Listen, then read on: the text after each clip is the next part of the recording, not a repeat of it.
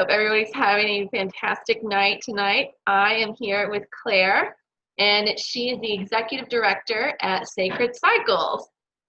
Hey, Claire, thanks for joining us. Why don't you tell us a little bit about Sacred Cycles and what it's all about?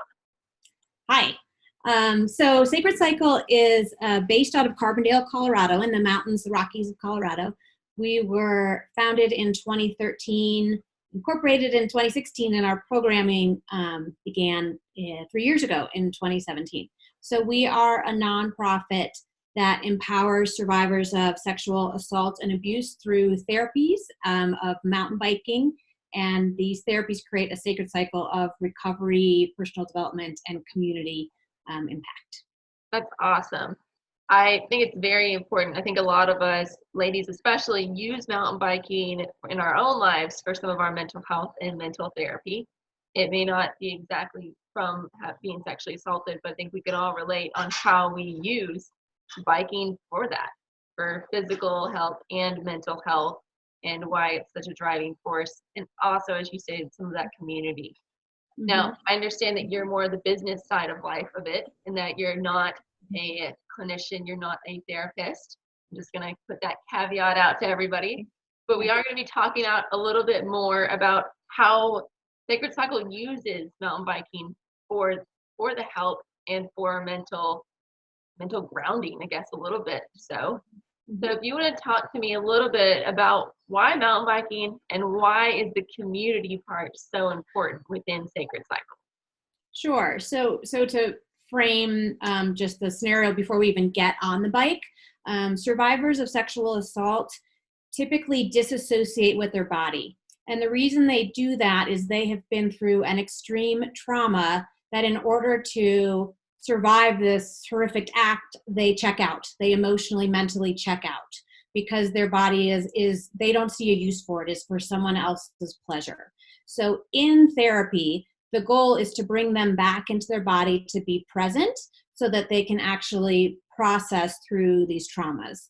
So when we get onto a bicycle, we actually need to be present. One, for safety, because you know that what is the saying? Don't look at the tree, you hit the tree. So look at the road and you follow the road. But we need to be present, and so present for safety. But what it does is riding a bicycle provides empowerment. So first of all, there's a sense of freedom and flow in wilderness. I don't know if you ever noticed there are not sharp corners in wilderness. It's all soft edges, which is actually neurologically relaxing for us. So getting on the bike, you begin to become empowered by getting little successes, getting to the top of the road, doing a drop, learning a turn, learning the mechanics of how to ride. And through that, you gain confidence and you gain an ability to be vulnerable. So they start to be vulnerable. And in that moment, the coach that is with them, so each of our clients are all survivors, they are with a mountain bike coach that is also a therapist. And so when they come off the bike, they, discuss what happened on the bike, and it opens this sense of vulnerability where the coach can then say, okay, now we'd like you to take this empowerment and this confidence of what your body can do for you and enter into some therapies. So we then pass them through to additional modalities. It may be Reiki healing or equine horse therapy or art therapy or massage, yoga. And those tools, those psychotherapy, those tools are added to their toolbox. Sometimes within therapy, frequently within therapy, the survivor is triggered. A trigger is a terminology that we use that brings the survivor, they have a flashback or a memory of the incident itself, and it upsets them. And so this toolbox is super important for them. It's an ability where they can reach in their toolbox and say, how do I balance myself physically, mentally, emotionally in an everyday life? Because little tiny things happen all the time. So when they come out of therapy, we put them back on the bike and they get empowered again and they learn some more tools. So it's creating a loop that goes between the bike and the surrounding therapies to strengthen them and build their toolkit. And really it's up to them to heal themselves. We are the providers that give them the tools. That's awesome. I think there's a lot of us that can relate to that feeling of empowerment, that feeling of strength, of accomplishing something on the trail, that helps us with our resiliency, Mm-hmm. that helps us with our own feeling of being empowered, that Right. we can, and Right. using that, I guess that force, that external input into our bodies is it's so great and so empowering. Yeah, it's really validation of my body has a use and I can love it, even the tough parts of it that I'm not, so in love with at the moment. And I can relate myself. I am not a survivor, and I joke this was my third first time being a mountain biker this summer. About once a decade, I get a mountain bike. And I did it because I was turning 50 this year and I was feeling a lack of empowerment of what is my body doing for me? I'm not as fast as I used to be. I'm not as agile. And I had been a runner. I am a runner, but it wasn't working. So I said, hey, let's try the bike. And you know what? It was so fascinating to me. I have those same validations, empowerment, struggles that I can overcome, the need to have the woman or the man next to me that says you can and that cheers me on. And that's that community. We have we have the community of our coaches and our ambassadors, and we do weekly rides to interact and support each other. And the no one's left behind, all levels, this is safe. We also do skills clinics, and we engage our clients with their community riders from beginning to advanced. So yes, community is a crucial part for us because these ladies are part of our community. That's awesome. I think that's a huge aspect that within social media and through our lack of connection with others, mountain biking is definitely a way to feel more connected versus less connected with others. Mm-hmm. And it's very important for us. We lead with safety. So these ladies are typically not on social media. It's an unknown place where you don't kind of know who's there. And so in anything that we do, we kind of stand on the periphery and go, is this a safe place for me to step into? Who's here? Who's listening? And so we start in small groups, one-on-one. And then you may meet the other clients in your same year. And then we may introduce you to alumni and some ambassadors. So it's very intentional that the group grows slowly, so that everyone, feels safe and confident and supported. Nice. That's awesome. I think that's a really good call, and it's also something that I don't really think about as a whole within it, of like how you introduce and the feeling of being safe within an environment. But Sure. Probably after going through some of those things that they've been through, that's a huge thought process for them that I don't even think about within it. Right. Well, I mean, just to go on a mountain bike ride, who am I going? Are they going to wait for me? What happens if I fall? Or am I going to be embarrassed? Or what are they saying about me? There's a zillion conversations going on in our heads, which is another thing of you need to be present and really get that feeling. You get the endorphins, the flow. And granted, it can take time. You may have to session a few things a few times to get to the point where you're like, oh, that was awesome. And we take in different counties that the clients are at, we will take them on the same route, so it's familiar. And then they begin to ride on their own, or they ride with their friends together, where they can know that. And there's some pretty cool things. We have an old abandoned car in our Carbondale trail, and you can ride literally over the car. And so cool to be like, wow, by the end of the season, I went over the car. Nice. So whatever it is for you to say, I know this trail, it's safe. I have my friends that I ride with, and at least I can rely on my client coordinator and my coach and my fellow friends. And we also have a lot of digital components where they have a daily email, and there's a group phone call, and they do a monthly breakfast. So we sort of create a safe space and introduce them to each other. And then it's up to them to be vulnerable with each other and to rely on us when they need help and when they might hit those triggers. Nice. That's awesome. I think whenever I was talking about safety, it was like literal, but all of those other things definitely play a huge role. Like I think of the being able to not feel judged. That is safety within it. didn't correlate those other things. And then Mm-hmm. it's great. Well, I think of so I'm here from Vail, Colorado in the mountains. We're clearly outdoor people here. And I know there's I think a stigma, or I don't really like it, the Jerry terms of or the gear shaming. It's like, I'm just so happy to be on the trail. I don't care what I'm wearing or what you're wearing or how fast we go. I want the company and I want the relationship. And that's what sends me home or to bed going, today was a good day. We won the day. And that's how we want the clients to come off going, no matter what you did, you showed up. And that's half the battle. Heck yeah, it's so true. It's so true. So speaking of like showing up and being present, how you talked about it a little bit, but how's the program, or how does Sacred Cycle build strength from within? Like what do they do to make that empowerment kind of stick a little bit more? How do they make how do you guys make your clients feel like they have more strength? Mm-hmm. Well, it is a compilation of those things that we just spoke of. So one, they have an advocate, which is there are multiple coaches. So there is what we call a chair therapist, which is a psychotherapist who they go to multiple times a month.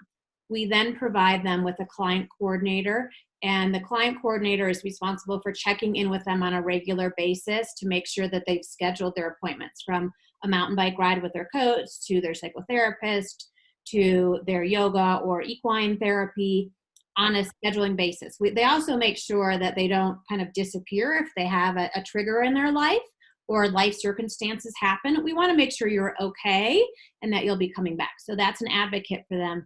They also have their mountain bike coach who is a clinician. So those are immediately 3 professionally trained individuals that are your advocate.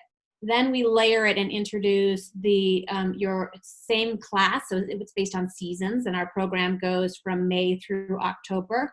Who else is in your program? And there are multiple times where they get together to, in casual settings, in therapy settings, in social settings, so that they get to know each other.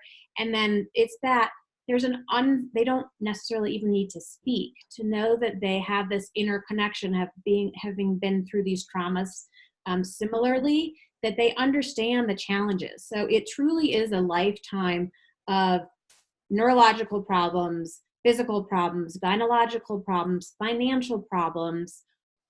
Those don't necessarily go away. It's how you manage them over different phases of your life. And so they use each other as resources to share their stories and help each other and raise each other up. So I think that it is an accumulation of that. And when they graduate at the end of the season, they're not left alone. Granted, it can at times feel like a Band-Aid has been ripped off, because we really do encourage the digging in, because we want you to heal, and we will continue to be there. So we bring the alumni back into the fold the next year through mentoring a new client, through staying in touch over the winter. Sure, we'd love to provide year-round programming. We'll get there. We're not there yet. But I think that's a combination of all those tools. And again, I'm not the clinician. So I think certainly what is said in therapies is confidential. What I know is that you can look at the stats, and the stats are harrowing. It used to be 1 in 4 women in her lifetime would be sexually assaulted or abused. It has been raised to 1 in 3. So look around your room, and there's a couple in the room statistically. But to me, it's not about the statistics. I have heard the stories of our clients and our alumni, and it's heartbreaking. And I hope to never get used to it, because those are the women that I want to reach, to find, to provide these tools. So I think, again, that's our community of how can we address this, and how can we support people in our community from near or far. I think that you said it the best, like that they reach to everyone that's around them, their advocates, or the other ladies that have gone through it. Mm-hmm. There's a thing in business coaching that we talk about, that everyone's an expert. They're just maybe just one step ahead of you. Mm-hmm. And you can still learn from them. You can still grow from them. Like, they're actually, since they just went through it, they might be some of the best people to talk about it. Mm-hmm. Mm-hmm. And Right. And we ask a lot of feedback from our clients to hear, and we also ask from our community. And I think something that's important to say is that it's so vital for us to have men in our community. Everyone is a dad, an uncle, a brother. We need your support, and we need you to talk about this as well. Wherever you're coming from, I think the most important thing in outdoors, in trauma, is to listen. And I know now I am a safe person to come to. So I hear stories. I want to hear your stories, as hard as they are, for you to share and me to hear. It's an honor for me and a responsibility for me to see how can we help, and how can we grow, and how can we reach you. that's So awesome. it's I myself am a conduit, as I hear the stories, and then my business brain starts going, and how do we fold this into the model, and how do we make sure that it's continually safe. And so we have a growing organization, a system, and lots of brainstorming going on currently. So in the winter months, we are building our programming and building our alliances and our sponsorships and our funding. And then we'll start recruiting for new clients in the early couple months of the year, and the programming will start in May. So Awesome. Perfect. So I think that program sounds awesome. It sounds like you guys have a ton of good support within it. And you just briefly mentioned about looking for other people that need it. Is there a way that if anybody's listening to this, that they can reach out to you? absolutely, If they do need. absolutely.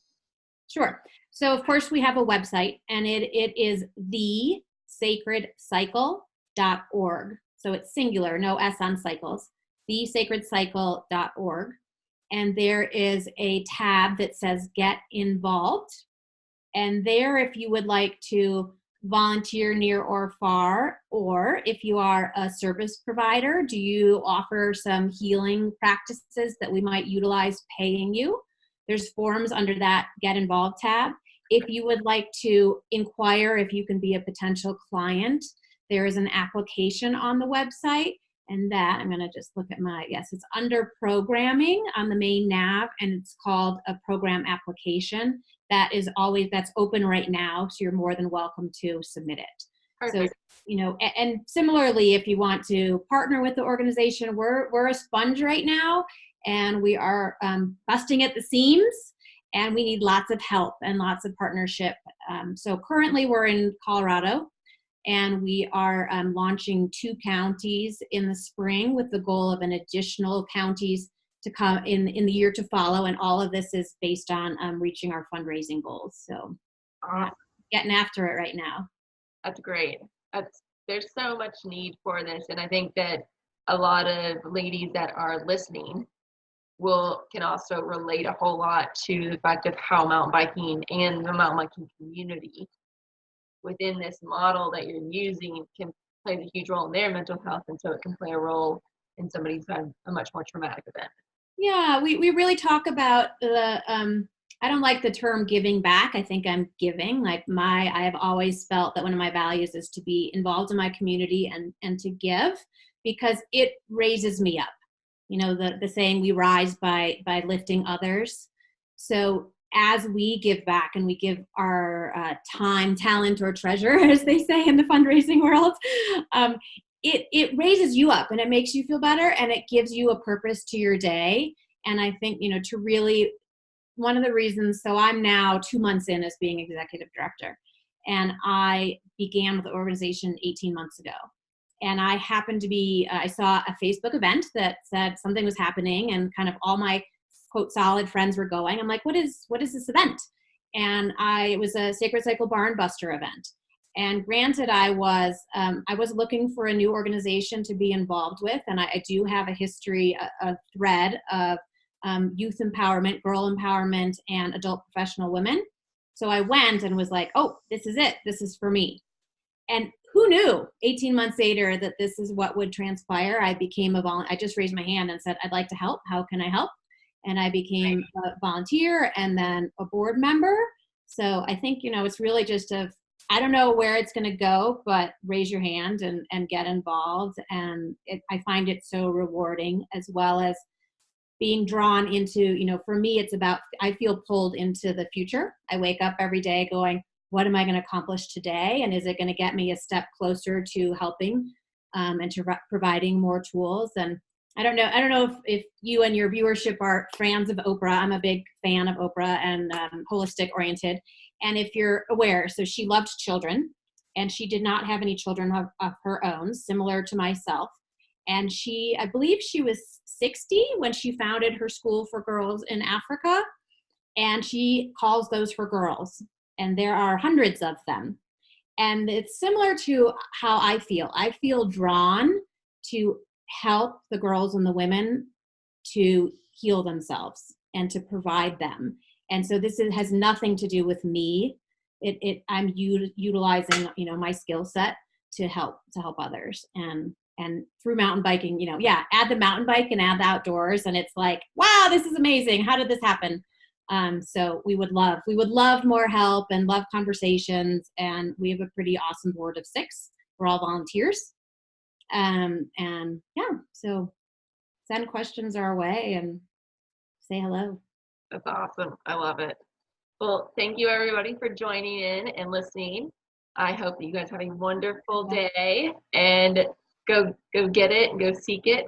And what did you say? How did you say it that you wake up every morning and look to do what? How can I help today? Yeah, I love it. So how can you help today? Check out Sacred Cycle and hope you guys enjoy. Bye everybody. Everyone, good night.